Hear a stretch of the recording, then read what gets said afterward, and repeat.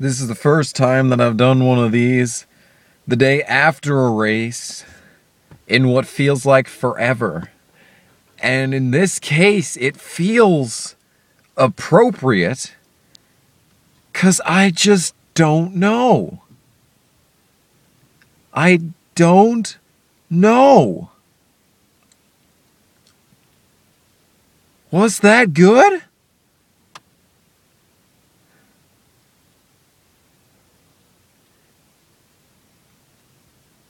Now, I will admit that this is the first time that I'm not actually watching the race, like, fully engaged. Because where I work now, I can actually watch the race while working. So basically, I'm just getting paid to watch NASCAR races more so than I was back when YouTube actually gave me money every month. You see what I'm talking about here? So, I will admit that I wasn't fully immersed. But at the same time, was that actually good? I can't tell. Let me tell you what. Let me just do this. Let me just say this. Okay, let's just go stage by stage, how about? First stage of the Open was ass. There was one green flag pass for the lead. And it's at Charlotte. Alright, I get that. We're at Charlotte. This place sucks ass and has sucked ass for a good 10 years. And a one green flag pass for the lead ain't that bad. But you see, the thing is, the 2016 All-Star Open possibly was the best race of 2016. And that first stage, okay, I'm sitting back and I'm like, okay, maybe they're just trying to figure things out. Maybe they're just learning how the car drives. But that was pretty bad. Second stage was better. Not by much. There was some more passing, but at the same time, God damn it, it doesn't feel right. Whatever that was, it didn't feel right. And the reason that I say that is because you can't pass the leader without someone's help. If they wanted to make it like the current pack racing package that we have at Daytona and Talladega, then good on them. They managed to do that much. Because you still can't pass for the lead without 10 people helping you from behind. We saw it all race long. Suarez was doing everything in his power to win the All-Star race in that final stage. But no one was going with him, so he was unable to fucking do it as a result. Without anyone pushing him from behind, he had no speed. And even when he did catch Harvick, he couldn't do shit. I remember that final restart. The second that Johnson made it 3 wide, the race was over. The second Johnson made it 3 wide, the race was over. And that's stupid. Because Johnson making it 3 wide, if he had done that and he actually won the All-Star race, I would probably be singing the praises of this package. Because you see, the thing is, all this time, it's been the fact that you can't pass, especially for the lead.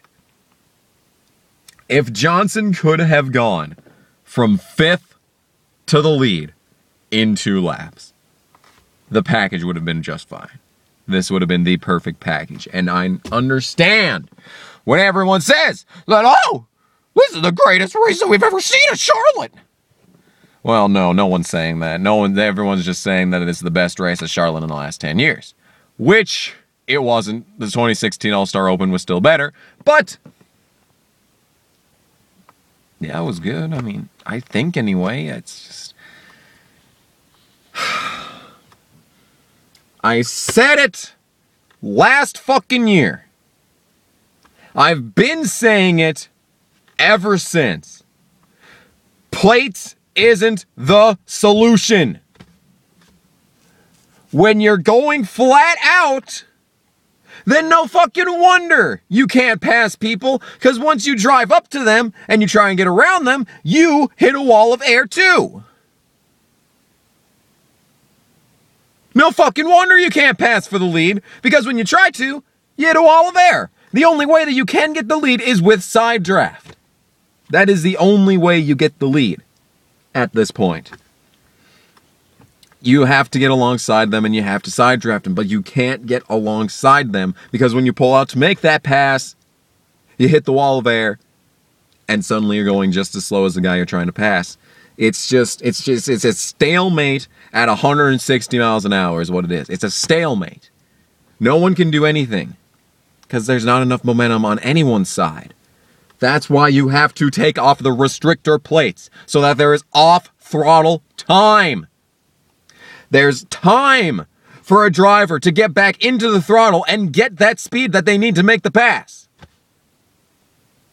If you're flat-footing it the whole time, you can't make that pass. Didn't we learn from the 2000 Daytona 500 what happens when you're going flat out at all times? It don't work because you can't pass. Because you have no speed that the guy in front of you doesn't already have. That's why you gotta take off the plates, man. The aero ducts are helping. You can see that. You can see that. The difference between this all-star race and the pack racing at Daytona Talladega are the aero ducts. Because now that the air is actually able to pass through the car in front and get to the nose of the driver behind him, that's the only reason that this package worked. If they had just put on the plates, we would have had 2015 Michigan. We would have had 2015 Indianapolis. I can't talk. We would have had... Please tell me I'm not going to... 7 minutes already, Jesus Christ. We know what's going to happen if you keep these plates on. We saw it at 2015 Michigan.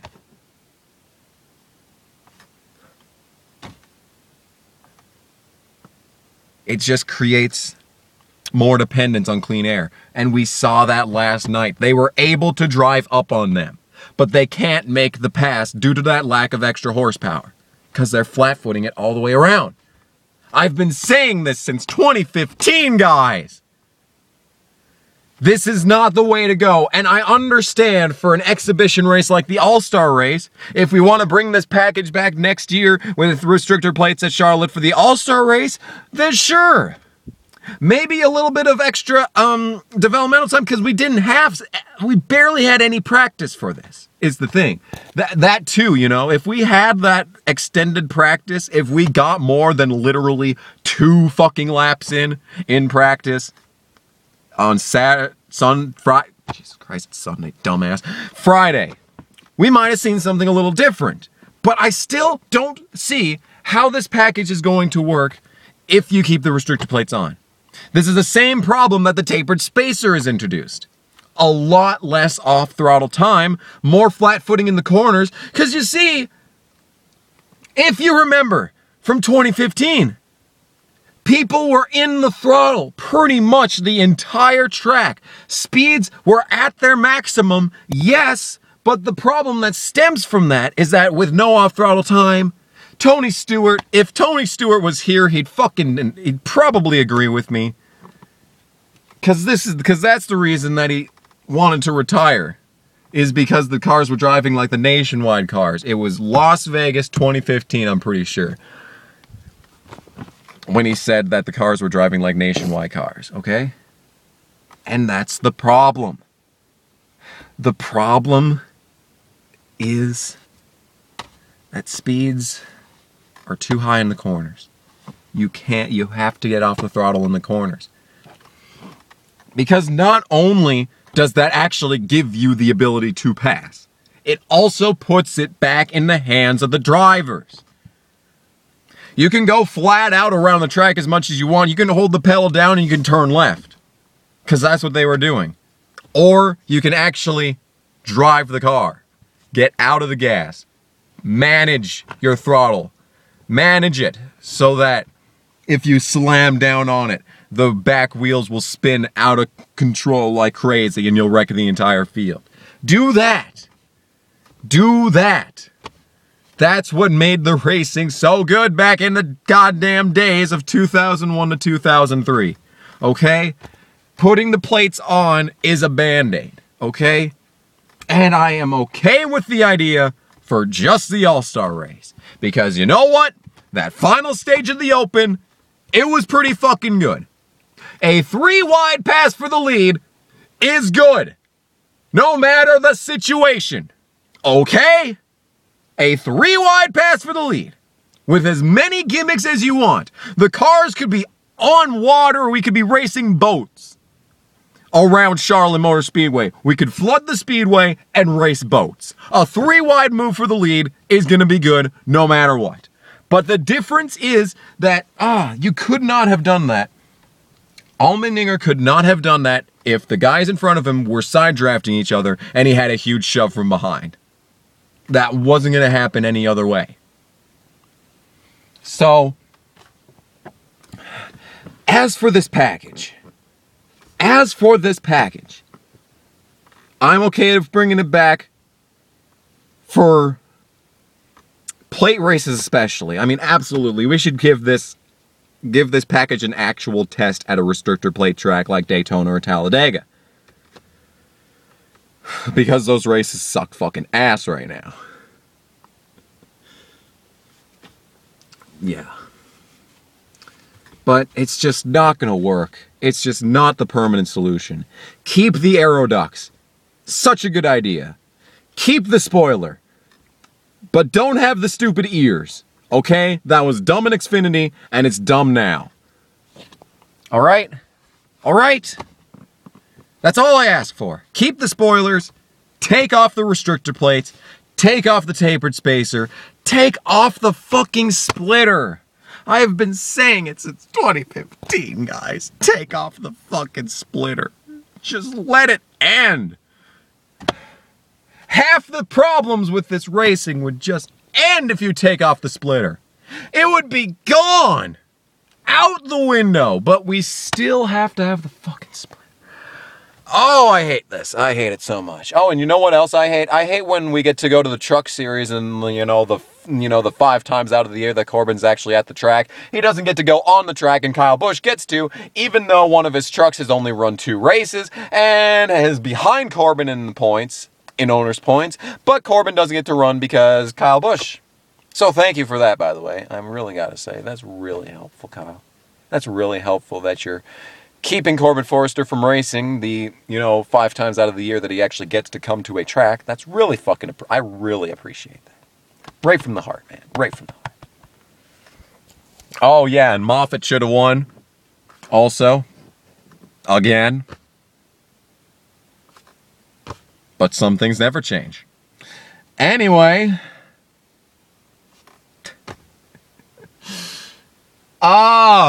Hinch didn't make the 500.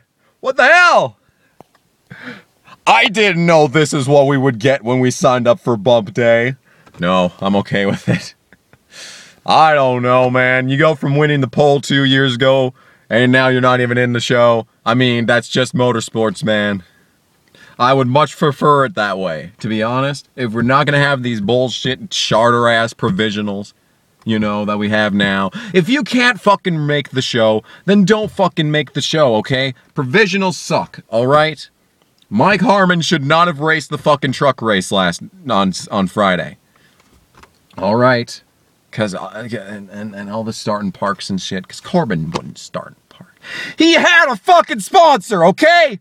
He didn't have a sponsor at Dover. He had a fucking sponsor this week. This is fucking bullshit.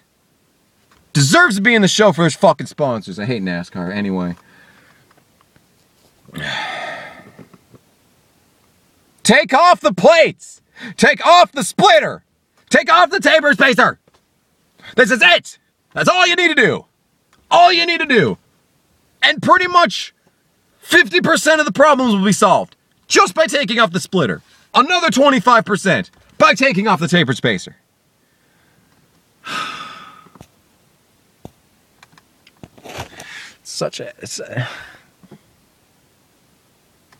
Nope. Here's what they're gonna do. Next year's package, restrictor plates at every track. Just you fucking wait and watch. Just you wait and watch. NASCAR is so fucking reactionary that they're gonna see, oh, people like this race. Like more than one person like this race. Oh, we must change everything. We must change everything. Yeah. Increase the splitter size. Make the spoilers go above the roof of the car. Put a restrictor plate on so that they only go 2 miles an hour around the track. It'll keep everyone bunched up together. That's what the fans want. No, I don't want that. I want you to be able to pass. And I want you to be able to defend. Because I always mention the inability to pass for the lead. But you see, the caveat to that is I don't want it to be literally every lap a pass for the lead. I want someone who has a fast car to be able to defend that position. The one drawback of tandem drafting is that when you have to make that switch for the water and shit, you open yourself up that much easily to a pass. The thing is, I want you to be able to pass for the lead, but I want you to, if you have a strong car, to be able to maintain that spot without just being in the way of the guy, without just taking air off the splitter. The splitter! Did I mention that the inherent problem with these cars is the splitter? Take it off! Take it off! Take it off! Take it off. Anyway, if you've been keeping up with me on Twitter, my computer is actually dead and we may have lost literally everything on it, which means that no more NASCAR, no more Need for Speed, no more Vigilante 8, and no more Cheez It Cup series. But if that has survived, which I am not preparing myself for at this point, if it indeed actually survived, we're listening to one, I see. Yes, if it actually survived and I can pull the files off of it, we'll continue those series. But if everything's actually gone forever, I honestly don't know what we're gonna do. Because if everything's gone forever, then cause my computer, it wasn't looking good before the fucking boot files got corrupted. Okay, so it was bad then, alright? Oh god, it was bad then, but it's really bad now. It was bad before any of this shit happened, but the point is, I don't know what's gonna happen, because a new computer that's even close to what this one's performing at, and what I want in it as far as memory and processor and hard drive space is concerned, is gonna cost me $2,000. Bare minimum $1,600, because I also want an HTC Vive, and if I buy one on the iBuyPower website with a computer, it's like $100 off, and I really want a Vive so that I can play iRacing on VR, because I think that would be fucking badass. But you know, and I still want to go to Chicago. Wouldn't that be nice if I could go to Chicago? But yeah, that's also gonna cost $1,000. So basically, I'm not gonna have, I already don't have money. But I'm gonna really not have money after this summer's over. So, please, patreon.com/kamikazegames. Anything is appreciated. You can give me a penny and I'd appreciate it. Fuck my ass. Thanks for watching. This has been Kamikaze Games. And I will see you next time. And hopefully, someone else wins a fucking race for once. Could it be Justin Allgaier? The Xfinity Series is coming back. No, leeches are allowed in races again, so it will not be Justin Allgaier. Thanks for watching. I'll see you next time.